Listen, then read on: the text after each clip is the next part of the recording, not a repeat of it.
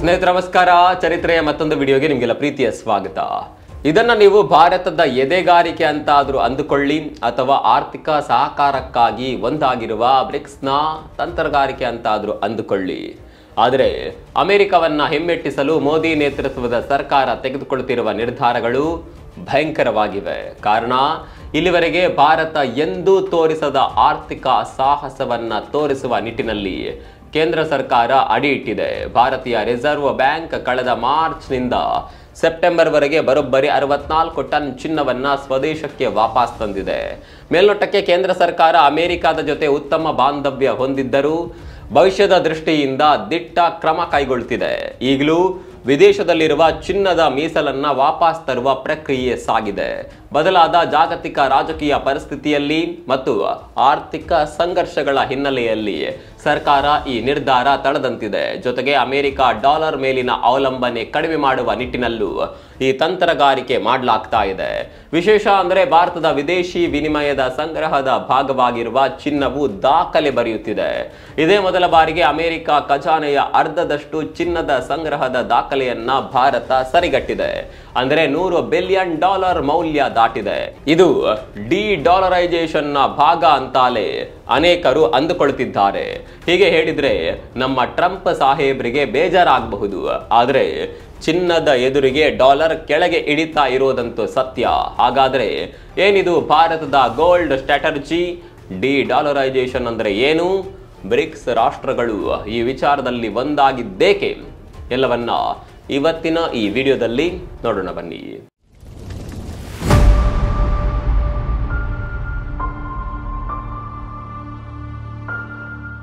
ಸ್ನೇಹಿತರೆ, ಮೇಲೆ ಹೇಳಿದಂತೆ RBI ವಿದೇಶಿ ಬ್ಯಾಂಕ್ಗಳಲ್ಲಿರುವ ತನ್ನ ಚಿನ್ನದ ನಿಧಿಯನ್ನ ಸ್ವದೇಶಕ್ಕೆ ವಾಪಸ್ ತರುವ ಪ್ರಕ್ರಿಯೆ ಬಿರುಸುಗೊಳಿಸಿದೆ. ಇದು ನಿರೀಕ್ಷೆ ಮಾಡಿದಕ್ಕಿಂತ ವೇಗವಾಗಿ ನಡೀತಾ ಇದೆ. ಅದೊಂದು ಕಾಲವಿತ್ತು, ವಿಶ್ವದ ಅತಿ ದೊಡ್ಡ ಚಿನ್ನದ ಮೀಸಲು ನಿಧಿ ಇಂಗ್ಲೆಂಡ್ ಬಳಿ ಇತ್ತು. ಬಹುತೇಕ ದೇಶಗಳ ಚಿನ್ನದ ಗಟ್ಟಿಯನ್ನ ಬ್ಯಾಂಕ್ ಆಫ್ ಇಂಗ್ಲೆಂಡ್ ನಲ್ಲಿ ಇರಿಸಲಾಗುತ್ತಿತ್ತು. ಆದರೆ ಕಾಲ ಬದಲಾದ ಹಾಗೆ ಎಲ್ಲವೂ ಬದಲಾಗ್ತಿದೆ. ಇದೀಗ ಭಾರತೀಯ ರಿಸರ್ವ್ ಬ್ಯಾಂಕ್ ಆಫ್ ಇಂಗ್ಲೆಂಡ್ ನಲ್ಲಿ ಇರಿಸಲಾಗಿದ್ದ ಚಿನ್ನದ ಮೀಸಲು ನಿಧಿಯನ್ನ ವಾಪಸ್ ತರ್ತಾ ಇದೆ. ಇದರಲ್ಲಿ ಬ್ಯಾಂಕ್ ಆಫ್ ಇಂಟರ್ನ್ಯಾಷನಲ್ ಸೆಟಲ್ಮೆಂಟ್ಸ್ ನಲ್ಲಿದ್ದ ಬಂಗಾರದ ನಿಧಿಯೂ ಸಹ ಸೇರಿದೆ. 2025-26ನೇ ಹಣಕಾಸು ವರ್ಷದ ಮೊದಲಾರ್ಧದಲ್ಲಿ, ಅಂದರೆ ಕಳೆದ ಏಪ್ರಿಲ್ನಿಂದ ಸೆಪ್ಟೆಂಬರ್ನವರೆಗೆ ಬರೋಬ್ಬರಿ 64 ಟನ್ ಚಿನ್ನವನ್ನ ಸ್ವದೇಶಕ್ಕೆ ವಾಪಸ್ ತರಲಾಗಿದೆ. ಅಂದಹಾಗೆ ನಮ್ಮ ದೇಶ ಸದ್ಯ ಬರೋಬ್ಬರಿ 880 ಟನ್ ಅಷ್ಟು ಚಿನ್ನದ ನಿಧಿಯನ್ನ ವಿದೇಶದಲ್ಲಿ ಹೊಂದಿದೆ. ಅದರಲ್ಲಿ ಮುಕ್ಕಾಲು ಭಾಗ ಅಂದ್ರೆ 575 ಟನ್ಗಳಷ್ಟು ಚಿನ್ನವನ್ನ ಸ್ವದೇಶಕ್ಕೆ ತರಲಾಗಿದೆ.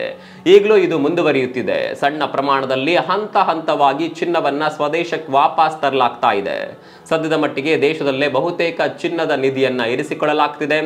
ನೀವು ನೋಡಬಹುದು, 2023ರ ಮಾರ್ಚ್ನಿಂದ ಇಲ್ಲಿವರೆಗೆ ಅಂದ್ರೆ ಸೆಪ್ಟೆಂಬರ್ 2025ರವರೆಗೆ ಅಂದಾಜು 274 ಟನ್ನಿಂದ 280 ಟನ್ ಚಿನ್ನದ ನಿಧಿಯನ್ನ ಸ್ವದೇಶಕ್ಕೆ ಸ್ಥಳಾಂತರಿಸಲಾಗಿದೆ.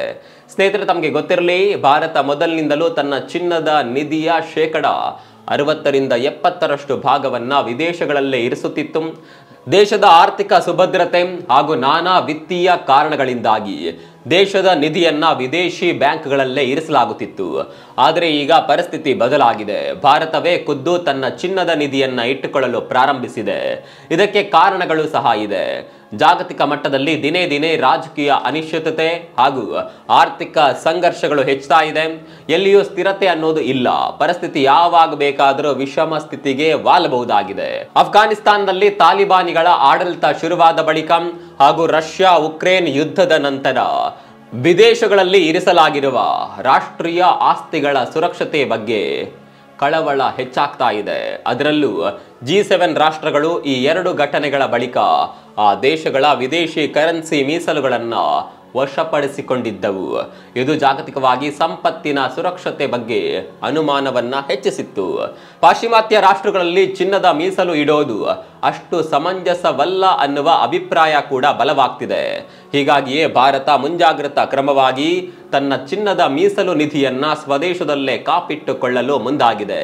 ಹಾಗಾದರೆ ಈ ಚಿನ್ನದ ಮೀಸಲು ನಿಧಿಯ ಪ್ರಮಾಣ ಹೇಗಿತ್ತು ಅನ್ನೋದನ್ನ ಸ್ವಲ್ಪ ನೋಡೋಣ.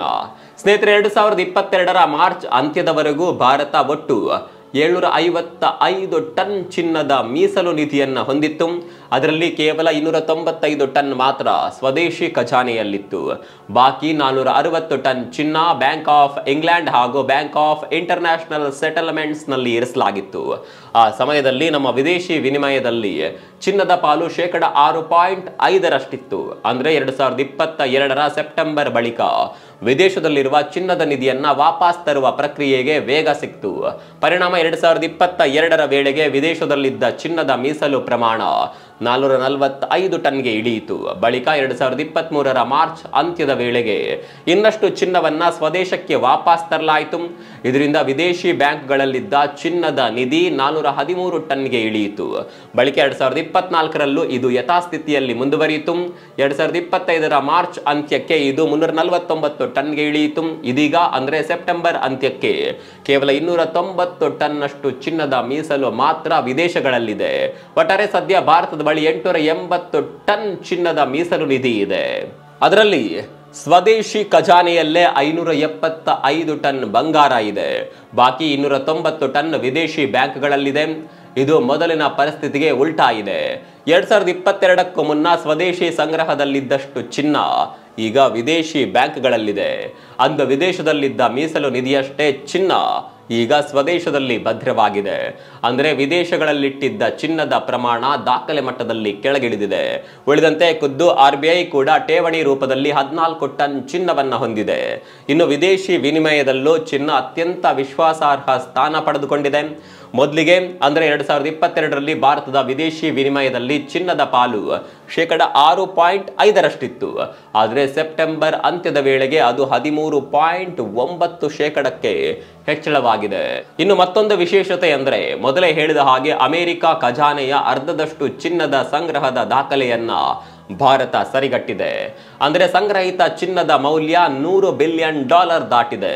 ಹೀಗಾಗಿ ಚಿನ್ನ ಈಗ ಕೇವಲ ಒಂದು ಹೂಡಿಕೆಯ ಲೋಹವಲ್ಲ, ಬದಲಾಗಿ ಪ್ರಮುಖ ವಿದೇಶಿ ವಿನಿಮಯದ ಅಂಶವಾಗಿಯೂ ಪರಿಗಣಿಸಲ್ಪಡುತ್ತಿದೆ.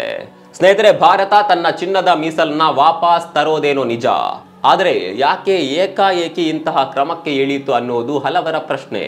ಈ ಮುಂಚೆ ಹೇಳಿದಂತೆ ಜಾಗತಿಕವಾಗಿ ಉಂಟಾಗುತ್ತಿರುವ ರಾಜಕೀಯ ಅಸ್ಥಿರತೆಗಳೇ ಈ ನಿರ್ಧಾರಕ್ಕೆ ಪ್ರಮುಖ ಕಾರಣ.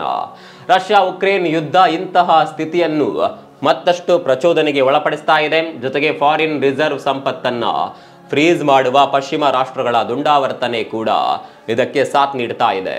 ಹಾಗಂತ ಭಾರತ ಒಂದೇ ಈ ರೀತಿ ಕ್ರಮ ಕೈಗೊಂಡಿಲ್ಲ. ವಿಶ್ವದ ಬಹುತೇಕ ದೇಶಗಳು ತಮ್ಮ ಆರ್ಥಿಕ ಭದ್ರತೆಯತ್ತ ಚಿತ್ತ ನೆಡ್ತಿವೆ. ಈಗಾಗಲೇ ಪೋಲ್ಯಾಂಡ್ ಕೂಡ ಚಿನ್ನದ ಮೀಸಲನ್ನ ತನ್ನ ದೇಶಕ್ಕೆ ವಾಪಸ್ ತರ್ತಾ ಇದೆ. ಸುಮಾರು 100 ಟನ್ಗೂ ಅಧಿಕ ಚಿನ್ನವನ್ನ ಬ್ಯಾಂಕ್ ಆಫ್ ಇಂಗ್ಲೆಂಡ್ ನಿಂದ ತನ್ನ ದೇಶಕ್ಕೆ ಕೊಂಡೊಯ್ದಿದೆ.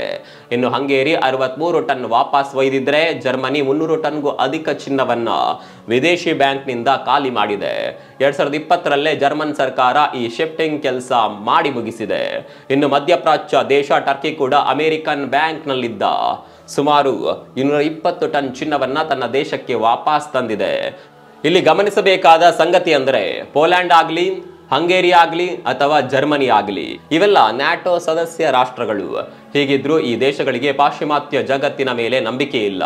ಅಂಥದ್ರಲ್ಲಿ ಭಾರತ ತನ್ನ ಆರ್ಥಿಕ ಸುರಕ್ಷತೆಯ ದೃಷ್ಟಿಯಿಂದ ಚಿನ್ನವನ್ನ ವಾಪಸ್ ತರ್ತಾ ಇರೋದು ಉತ್ಪ್ರೇಕ್ಷೆಯ ಸಂಗತಿ ಏನಲ್ಲ. ಬಹುಶಃ ಜಗತ್ತು ಆರ್ಥಿಕ ಸಮರದ ಸ್ಥಿತಿಗೆ ಹೊರಳ್ತಾ ಇದೆ. ಯಾರನ್ನ ಕೂಡ ನಂಬುವ ಸ್ಥಿತಿ ಈಗಿಲ್ಲ. ಇದು ರಾಷ್ಟ್ರಗಳಿಗೂ ಸಹ ಅನ್ವಯ. ಪ್ರತಿಯೊಂದು ರಾಷ್ಟ್ರವೂ ತನ್ನ ಹಿತಾಸಕ್ತಿಯತ್ತಲೇ ಗಮನ ಕೊಡುತ್ತಿವೆ. ಸ್ನೇಹ ಸಂಬಂಧಗಳು ಕೇವಲ ರಾಜತಾಂತ್ರಿಕ ಮಾತುಕತೆಗಳಿಗಷ್ಟೇ ಸೀಮಿತವಾಗ್ತಾ ಇದೆ. ಹೀಗಾಗಿ ವಿದೇಶದಲ್ಲಿ ಚಿನ್ನದ ನಿಧಿ ಇರೋದು ಸುರಕ್ಷಿತವಲ್ಲ. ಈ ವಿಚಾರವಾಗಿ ಆರ್ಥಿಕ ತಜ್ಞರಾದ ರಿತೇಶ್ ಜೈನ್ ಇತ್ತೀಚೆಗೆ ಒಂದು ಸಾಲನ್ನ ಬರೆದುಕೊಂಡಿದ್ರು. ಯಾವ ಚಿನ್ನ ನಿಮ್ಮ ಬಳಿ ಇರೋದಿಲ್ಲವೋ ಆ ಚಿನ್ನ ಯಾವತ್ತೂ ನಿಮ್ಮದಲ್ಲವೇ ಅಲ್ಲ. ಇದು ಇಂದಿನ ಸ್ಥಿತಿಗೆ ಸರಿಯಾಗಿ ಹೊಂದಿಕೆಯಾಗುತ್ತೆ. ಚಿನ್ನದ ವಿಚಾರದಲ್ಲಿ ಮನೆಗಳಲ್ಲಿ ನಡೆಯುವ ಕದನವೇ ಕೊನೆಗೆ ರಾಷ್ಟ್ರಗಳ ನಡುವೆ ನಡೆಯುತ್ತದೆ ಅನ್ನೋದನ್ನ ಇದು ಸ್ವಚ್ಛವಾಗಿ ಹೇಳಿದೆ. ಸ್ನೇಹಿತರೆ, ಇತ್ತೀಚಿನ ದಿನಗಳಲ್ಲಿ ಅಮೆರಿಕ ಡಾಲರ್ ತನ್ನ ಮೌಲ್ಯ ಕಳೆದುಕೊಳ್ತಾ ಇದೆ. ಟ್ರಂಪ್ ಸಾಹೇಬ್ರ ಎಡಬಿಡಂಗಿ ನಿಲುವುಗಳಿಂದಾಗಿ ಅಮೆರಿಕ ಕರೆನ್ಸಿ ಹಿಮ್ಮುಖವಾಗ್ತಿದೆ. ಹೀಗಾಗಿಯೇ ಹಲವು ರಾಷ್ಟ್ರಗಳು ಚಿನ್ನದ ಸಂಗ್ರಹದತ್ತ ಮುಖ ಮಾಡಿವೆ. ಇದು ಒಂದು ರೀತಿಯಲ್ಲಿ ಡಿಡಾಲರೈಸೇಷನ್ ತರಹ ಕಾಣಿಸ್ತಾ ಇದೆ. ಹೀಗಾಗಿ ಚಿನ್ನದ ಮೀಸಲು ಈಗ ಮೊದಲಿಗಿಂತಲೂ ತುಸು ಜಾಸ್ತಿ ಮಹತ್ವ ಪಡೆದುಕೊಳ್ಳುತ್ತಿದೆ. ಈ ಕಾರಣದಿಂದಾಗಿ RBI ವಿದೇಶಿ ಬ್ಯಾಂಕ್ಗಳಲ್ಲಿದ್ದ ಬಂಗಾರದ ಮೀಸಲನ್ನ ವಾಪಸ್ ತರ್ತಾ ಇದೆ. ಪ್ರಸ್ತುತ 33% ಗೋಲ್ಡ್ ಅನ್ನ ಮಾತ್ರ ವಿದೇಶಿ ಬ್ಯಾಂಕ್ಗಳಲ್ಲಿ ಭಾರತ ಹೊಂದಿದೆ. 2022ಕ್ಕೂ ಮೊದಲು ಈ ಪ್ರಮಾಣ 60%ಕ್ಕೂ ಅಧಿಕವಿತ್ತು. ಆದರೆ ಈಗ ಮುಕ್ಕಾಲು ಭಾಗದ ಚಿನ್ನದ ಮೀಸಲು ದೇಶೀಯವಾಗಿಯೇ ಭದ್ರವಾಗಿದೆ. ಇನ್ನು ವಿದೇಶಿ ವಿನಿಮಯ ವಿಚಾರದಲ್ಲೂ ಭಾರತದ ಫಾರೆಕ್ಸ್ ರಿಸರ್ವ್ ಅಮೆರಿಕದ ಖಜಾನೆಯಲ್ಲಿರುತ್ತಿತ್ತು. ಅಂದ್ರೆ ಬಹುತೇಕ ಹಣ ಅಮೆರಿಕದ ಡಾಲರ್ ರೂಪದಲ್ಲೇ ಮೀಸಲಿರುತ್ತಿತ್ತು. ಕೆಲವು ಪ್ರಮಾಣದಷ್ಟು ಹಣ ಯೂರೋ ಅಥವಾ ಜಪಾನಿ ಕರೆನ್ಸಿ ಯೆನ್ ರೂಪದಲ್ಲಿ ಇಡಲಾಗ್ತಾ ಇತ್ತು. ಆದರೆ ಭಾರತ ಸಮಯೋಚಿತವಾಗಿ ಡಾಲರ್ ಬದಲಾಗಿ ಚಿನ್ನಕ್ಕೆ ಆದ್ಯತೆ ನೀಡ್ತಾ ಇದೆ. ತಮಗೆಲ್ಲ ತಿಳಿದಿರುವ ಹಾಗೆ ಹಳದಿ ಲೋಹದ ಬೆಲೆ ನಿತ್ಯವೂ ಗಗನಮುಖಿಯಾಗಿ ಏರ್ತಾ ಇದೆ. ಏನೇ ಬೆಲೆ ಕಡಿಮೆ ಆದರೂ ತೆಗೆದುಕೊಂಡಿರುವ ದರಕ್ಕೆ ಮೋಸವಿಲ್ಲ. ಸರ್ಕಾರಗಳು ಬರುತ್ತವೆ ಹೋಗುತ್ತವೆ, ಆದರೆ ಚಿನ್ನ ಎಂದೂ ಮೌಲ್ಯ ಕಳೆದುಕೊಳ್ಳುವುದಿಲ್ಲ ಎನ್ನುವ ಮಾತು ಸದಾ ನಿಜವಾಗಿದೆ. ಹೀಗಾಗಿ ಭಾರತ ವಿದೇಶಿ ವಿನಿಮಯ ಮೀಸಲಿನಲ್ಲಿ ಸಾಕಷ್ಟು ಬದಲಾವಣೆಯನ್ನ ತರ್ತಾ ಇದೆ. ಇತ್ತೀಚಿನ ಅಂಕಿಅಂಶಗಳ ಪ್ರಕಾರ ಈ ಮೊದಲು ಫಾರೆಕ್ಸ್ ರಿಸರ್ವ್ನಲ್ಲಿ ಭಾರತ $579 ಬಿಲಿಯನ್ ಸಂಪತ್ತನ್ನು ಹೊಂದಿತ್ತು. ಅಂದರೆ ಇದೆಲ್ಲ ಡಾಲರ್ ರೂಪದಲ್ಲೇ ಇರ್ತಾ ಇತ್ತು. ಶೇಕಡವಾರು 82ಕ್ಕೂ ಅಧಿಕ ಸಂಪತ್ತು ಡಾಲರ್ ರೂಪದಲ್ಲಿ ಇರ್ತಾ ಇತ್ತು. ಆದರೆ ಈಗ ಅದು ಕುಸಿದು 31.4ಕ್ಕೆ ಬಂದು ನಿಂತಿದೆ. ಅಂದರೆ ಸದ್ಯ ಭಾರತ ಕೇವಲ $219 ಬಿಲಿಯನ್ ಸಂಪತ್ತಿನ ಮೀಸಲನ್ನ ಡಾಲರ್ ರೂಪದಲ್ಲಿ ಇಟ್ಕೊಂಡಿದೆ. ಇದೇ ವೇಳೆ ಫಾರೆಕ್ಸ್ ರಿಸರ್ವ್ನಲ್ಲಿ ಚಿನ್ನದ ಮೌಲ್ಯ $102 ಬಿಲಿಯನ್ ಏರಿದೆ. ಮೊದಲೇ ಹೇಳಿದಂತೆ 13.9% ಪಾಲನ್ನ ಚಿನ್ನದ ರೂಪದಲ್ಲಿ ಹೊಂದಿದಂತಾಗಿದೆ. ಕೇಂದ್ರ ಬ್ಯಾಂಕ್ ನಿರಂತರವಾಗಿ ಚಿನ್ನವನ್ನ ಖರೀದಿಸ್ತಾ ಇದೆ. ಭವಿಷ್ಯದ ಆರ್ಥಿಕ ಭದ್ರತೆಯ ದೃಷ್ಟಿಯಿಂದ ಚಿನ್ನದ ಸಂಗ್ರಹವನ್ನ ಹೆಚ್ಚಿಸ್ತಾ ಇದೆ. ಆರ್ಥಿಕ ತಜ್ಞರ ಪ್ರಕಾರ ಬೇರೆ ಕರೆನ್ಸಿ ರೂಪದಲ್ಲಿ ವಿದೇಶಿ ವಿನಿಮಯ ಹೊಂದೋದಕ್ಕಿಂತ ಚಿನ್ನದ ರೂಪದಲ್ಲಿ ಅದನ್ನ ಇಡೋದು ಹೆಚ್ಚು ಸುರಕ್ಷಿತವಾಗಿದೆ. ಈಗಾಗಲೇ ಅಮೆರಿಕ ಮಾರುಕಟ್ಟೆ ಅಲುಗಾಡ್ತಾ ಇದೆ. ಡಾಲರ್ ಮೌಲ್ಯ ಮೊದಲಿನಂತೆ ಸ್ಥಿರವಾಗಿಲ್ಲ. ಟ್ರಂಪ್ ಆಡಳಿತದಲ್ಲಿ ಎಲ್ಲವೂ ಅಯೋಮಯವಾಗ್ತಾ ಇದೆ. ಡಾಲರ್ ಹಿಮ್ಮುಖವಾಗಿ ಚಲಿಸ್ತಾ ಇದೆ. ಇದು ಕೂಡ ಭಾರತ ತನ್ನ ಚಿನ್ನದ ಮೀಸಲಿಗೆ ಹೆಚ್ಚು ಒತ್ತು ಕೊಡುವಂತೆ ಮಾಡಿದೆ. ಇನ್ನು ವಿದೇಶಿ ಬ್ಯಾಂಕ್ಗಳಲ್ಲಿರುವ ಅಷ್ಟೂ ಚಿನ್ನವನ್ನ ವಾಪಸ್ ತರುವ ಸಾಧ್ಯತೆ ಸದ್ಯಕ್ಕಿಲ್ಲ. ಕಾರಣ ಅಷ್ಟು ದೊಡ್ಡ ಸಂಗ್ರಹಾರ ನಮ್ಮಲ್ಲಿ ಲಭ್ಯವಿಲ್ಲ. ಈಗಾಗಲೇ ಮುಂಬೈ ಹಾಗೂ ನಾಗಪುರದಲ್ಲಿರುವ RBI ಚಿನ್ನದ ಸಂಗ್ರಹಾರ ಭರ್ತಿಯಾಗಿವೆ. ಅವುಗಳ ವಿಸ್ತರಣೆ ನಡೆಯಬೇಕಾಗಿದೆ. ಜೊತೆಗೆ ಕೆಲ ಆರ್ಥಿಕ ನಿಯಮ ಸವಲತ್ತುಗಳಿಗಾಗಿ ಅಷ್ಟು ಬಂಗಾರವನ್ನ ವಿದೇಶಿ ಬ್ಯಾಂಕುಗಳಿಂದ ತರಲು ಸಾಧ್ಯವಿಲ್ಲ. ಇದಲ್ಲದೆ ಇದರಿಂದ ನಮಗೆ ಒಂದಷ್ಟು ಲಾಭಗಳು ಕೂಡ ಇದೆ. ಬ್ಯಾಂಕ್ ಆಫ್ ಇಂಗ್ಲೆಂಡ್ ನಲ್ಲಿರುವ ಚಿನ್ನವನ್ನ ನಾವು ಸಾಲ ಕೊಡಲು ಬಳಸಿಕೊಳ್ಳಬಹುದು, ಇಲ್ಲವೇ ವಿನಿಮಯದ ವಸ್ತುವಾಗಿ ಕೊಡಬಹುದು, ಅಥವಾ ಅಡವಿಟ್ಟುಕೊಳ್ಳಲು ಬಳಸಿಕೊಳ್ಳಬಹುದು. ಹೀಗೆ ಕೆಲ ಪ್ರಯೋಜನಗಳು ಕೂಡ ಇದೆ. ಆದರೆ ಅಷ್ಟೂ ಚಿನ್ನವನ್ನ ಸ್ವದೇಶೀಯವಾಗಿ ಇಟ್ಟುಕೊಂಡ್ರೆ ಅವುಗಳಿಂದ ಬದಲಿ ಕಾರ್ಯ ಕಷ್ಟ. ಇದಕ್ಕಾಗಿ ಸರ್ಕಾರ ಚಿನ್ನವನ್ನ ಸೌದಿಗೋ ಶಾಂಘೈಗೋ ತೆಗೆದುಕೊಂಡು ಹೋಗಬೇಕು. ಸದ್ಯದ ಮಟ್ಟಿಗೆ ಇಂಡಿಯಾದಲ್ಲಿ ಆ ವ್ಯವಸ್ಥೆ ಇಲ್ಲ. ಹೀಗಾಗಿ ಒಂದಷ್ಟು ಟನ್ ಬಂಗಾರವನ್ನ ಅಲ್ಲಿ ಇಡಲೇಬೇಕಾಗುತ್ತೆ. ಇನ್ನು ನಮ್ಮ ಚಿನ್ನದ ಸಂಗ್ರಹ ಕೂಡ ಹೆಚ್ಚುವ ಸಾಧ್ಯತೆ ಕೂಡ ಇದೆ. ಮುಂದಿನ ದಿನಗಳಲ್ಲಿ ಅದು 1200ರಿಂದ 1300 ಟನ್ಗೆ ಹೆಚ್ಚಾಗಲಿದೆ. ಸ್ನೇಹಿತರೆ, ಇನ್ನು ಚಿನ್ನದ ಮೀಸಲು ನಿಧಿಯನ್ನ ವಾಪಸ್ ತರುವ ಸ್ಟ್ರಾಟರ್ಜಿ ಹಿಂದೆ ಬ್ರಿಕ್ಸ್ನ ತಂತ್ರಗಾರಿಕೆ ಕೂಡ ಇದೆ. ಟ್ರಂಪ್ ಅವರ ಸುಂಕಾಸ್ತ್ರವನ್ನ ಅವರಿಗೆ ತಿರುಗುಬಾಣ ಮಾಡುವ ನಿಟ್ಟಿನಲ್ಲಿ ಬ್ರಿಕ್ಸ್ ರಾಷ್ಟ್ರಗಳು ಈ ಡಿ-ಡಾಲರೈಸೇಷನ್ ಅಸ್ತ್ರವನ್ನ ಪ್ರಯೋಗಿಸ್ತಿವೆ ಅಂತಾನೂ ಹೇಳಲಾಗ್ತಾ ಇದೆ.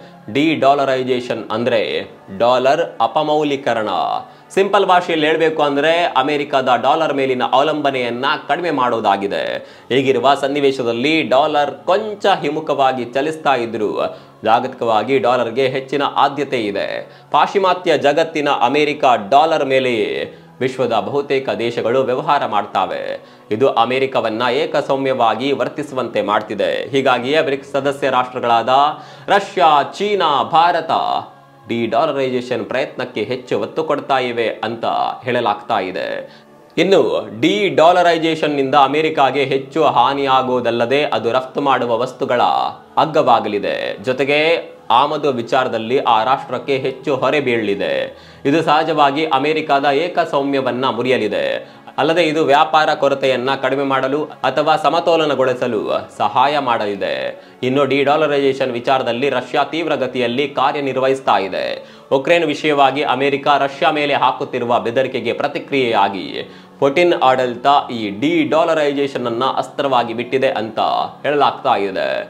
ರಷ್ಯಾ ಪ್ರಮುಖವಾಗಿ ಡಿ-ಡಾಲರೈಸೇಷನ್ ಅನುಷ್ಠಾನಗೊಳಿಸಲು ಏಷ್ಯಾ ಪೆಸಿಫಿಕ್ ವಲಯದ ಮೇಲೆ ಗಮನ ಕೇಂದ್ರೀಕರಿಸಿದೆ. ಅದರಲ್ಲೂ ಚೀನಾ ಹಾಗೂ ಭಾರತದ ಮೇಲೆ ಪುಟಿನ್ ಹೆಚ್ಚಿನ ಗಮನ ಕೊಡ್ತಾ ಇದ್ದಾರೆ.